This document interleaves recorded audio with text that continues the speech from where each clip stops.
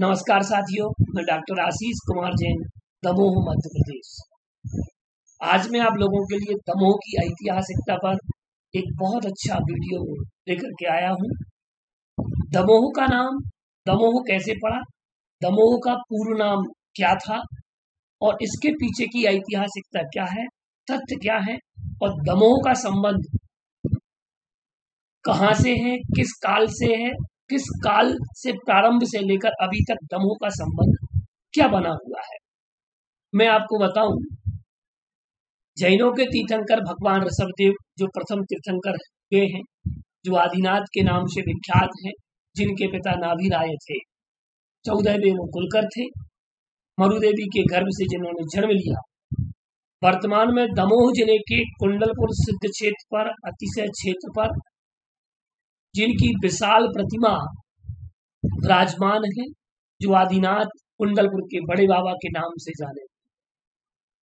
दमोह का संबंध उनसे है जिन्हें हिरण्यगर्भ कहा गया, स्वर्णगर्भ कहा गया, गुरुदेव कहा गया, ऋषिकेश जिन्हें कहा गया, भागवत महापुराण में जिन्हें विष्णु का अवतार कहा गया, वैदिक पुराणों में वायु पुराण है, अग्नि पुराण है, स्कंद पुराण है, मार्कंडेय पुराण है, हनुमान नाटक है, और इन सब ग्रंथों में साथ में ऋग्वेद में जिन्हें जैसे कि ऋग्वेद में हिरण्यगर्भ सूक्त है, नास्तीय सूक्त है और पुरुष सूक्त है, जिसे सृष्टि की उत्पत्ति का सूक्त कहा जाता है, जिसमें सृष्टि की उत्पत्ति का वर्णन है।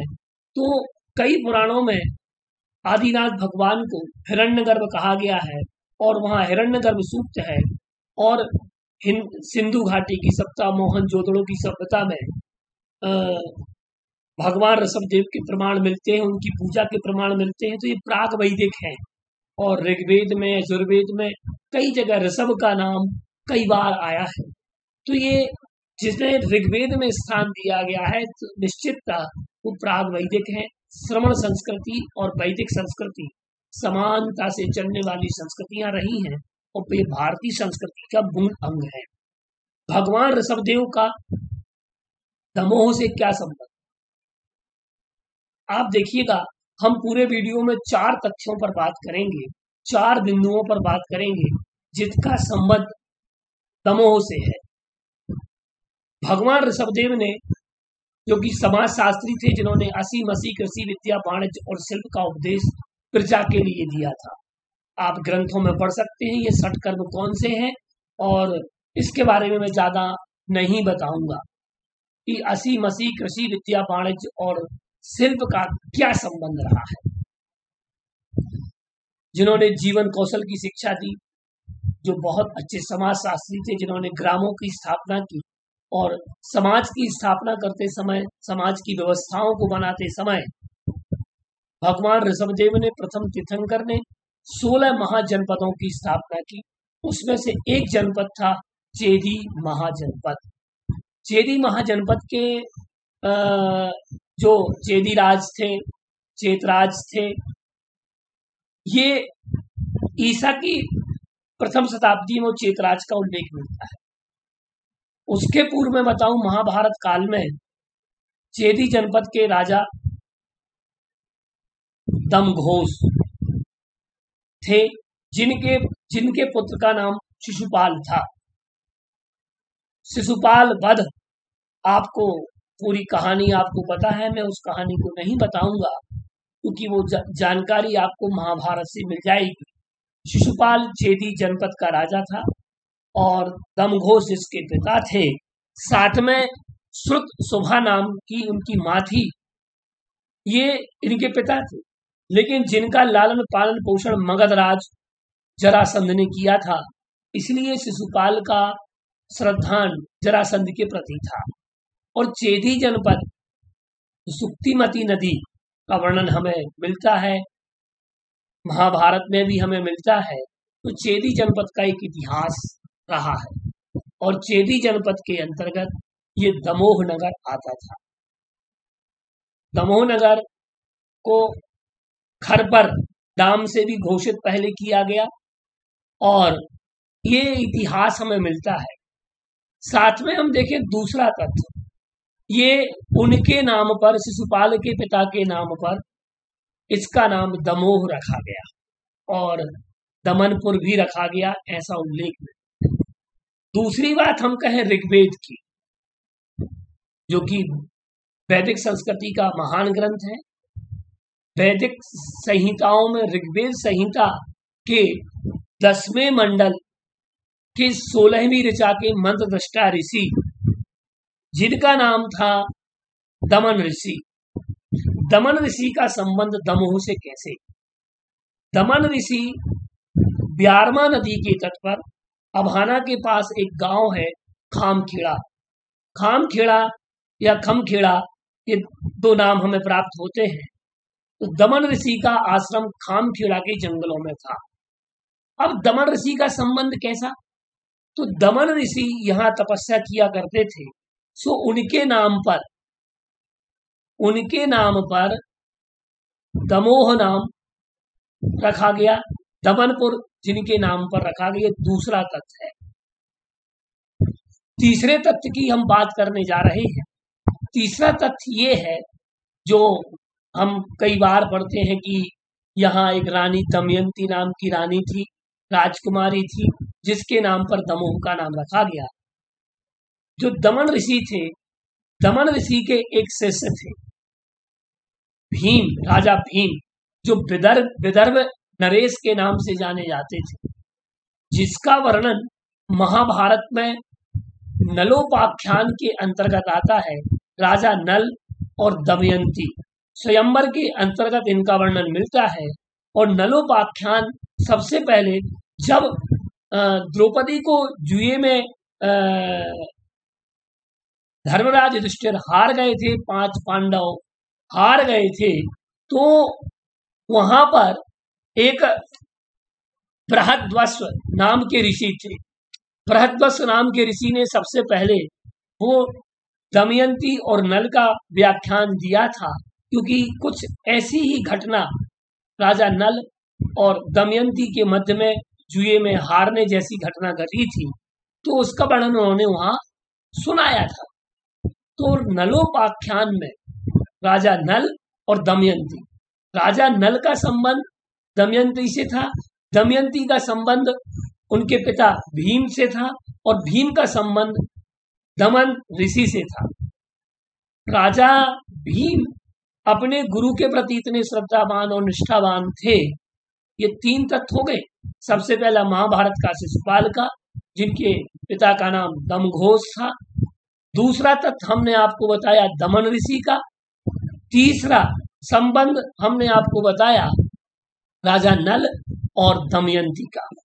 ये 3 तथ्य जुड़ रहे हैं, और जिस पर नैषधीय चरित लिखा गया, जो कि श्री हर्ष ने लिखा, और 12वीं शताब्दी में ये इसके प्रमाण मिलते हैं। 22 सर्गों का महाकाव्य और 2830 जिसमें श्लोक है। और निषद राज, और जो निषद देश के राजा थे, नरवर, जो कि शिवपुरी में स्थित है। ऐसे शिवपुरी के वहां पर जो नरवर नामक गांव है, नरवर नामक शहर है, नरवर नामक जो स्थान है, वहां के राजा निषद थे, नल थे, निषद राज जिन्हें कहा जाता था। ऐसे नरवर के राजा नल का विवाह स्वयंवर विदर्भ राज की पुत्री राजकुमारी दमयंती से हुआ, और उनका भ्रमण यहाँ दमोह क्षेत्र में हुआ, और दमयंती ने ही इस दमोह नगर को बसाया। ऐसा प्रमाण इतिहास साक्ष्यों के आधार पर हमें मिलता है। साथ में हम बताएं आपको कि राजा भीम ने अपने गुरु के प्रति इतने निष्ठावान श्रद्धावान थे कि उन्होंने अपने पुत्र का नाम दमन रखा, और दमन के साथ साथ में उन्होंने अपने पुत्र का नाम दम रखा, एक पुत्र का नाम दांत रखा, और जिनके आशीर्वाद से दमयंती की प्राप्ति, उन्हें पुत्री रत्न की प्राप्ति हुई थी, सो उन्होंने अपनी पुत्री का नाम दमयंती रखा। और दमन ऋषि जो थे, ये यमवंशी ऋषि थे, यमवंशी ऋषि थे, वैवस्वत इनके पिता थे। तो ऐसे यमवंशी ऋषि ने ऋग्वेद की 10वें मंडल के 16वें नंबर की ऋचा को देखा था, सो ऐसे मंत्रद्रष्टा ऋषि दमन के नाम पर ये दमोह रखा गया। चौथा तथ्य हम आपको बताने जा रहे हैं कि दमोह दीपक नामक पुस्तक में और एक डिप्टी कमिश्नर राय बहादुर हीरालाल जी ने भी इन तथ्यों का उल्लेख किया। न्याय वाटिका अधिवक्ता संघ के द्वारा एक पुस्तक सन 2000 में छपी थी और ये दमोह दीपक नामक पुस्तक 1917 में प्रकाशित हुई थी। इसमें भी आपको दमोह के बारे में, दमोह के इतिहास के बारे में आपको बहुत सारी जानकारी आपको मिल जाएगी।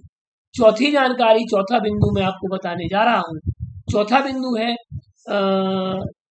दमोह के पास में एक आम चोपड़ा नाम की एक पंचायत है। आम चोपड़ा नाम है जबलपुर नाका के, वर्तमान में उसकी भौगोलिक स्थिति जबलपुर नाका के पास दमोह कलेक्ट्रेट के पास में स्थित है। इसको वहां पर एक शिलालेख मिला और उस शिलालेख में चौपड़ पट्टी नाम से, आम चोपड़ा का नाम था चौपड़ पट्टी। चौपड़ पट्टी में एक शिलालेख मिला जिसमें दमोह का नाम दमकनपुर और दमनपुर उस शिलालेख में मिला है। तो इससे यह सिद्ध होता है कि राजा शिशुपाल के पिता दमघोष, इनके नाम पर दमोह का नाम रखा गया। द्वितीय क्रम हमें मिलता है यजुर्वेद में। यजुर्वेद में जो दमन ऋषि थे, जो मंत्रद्रष्टा ऋषि थे, उनके नाम पर मिला।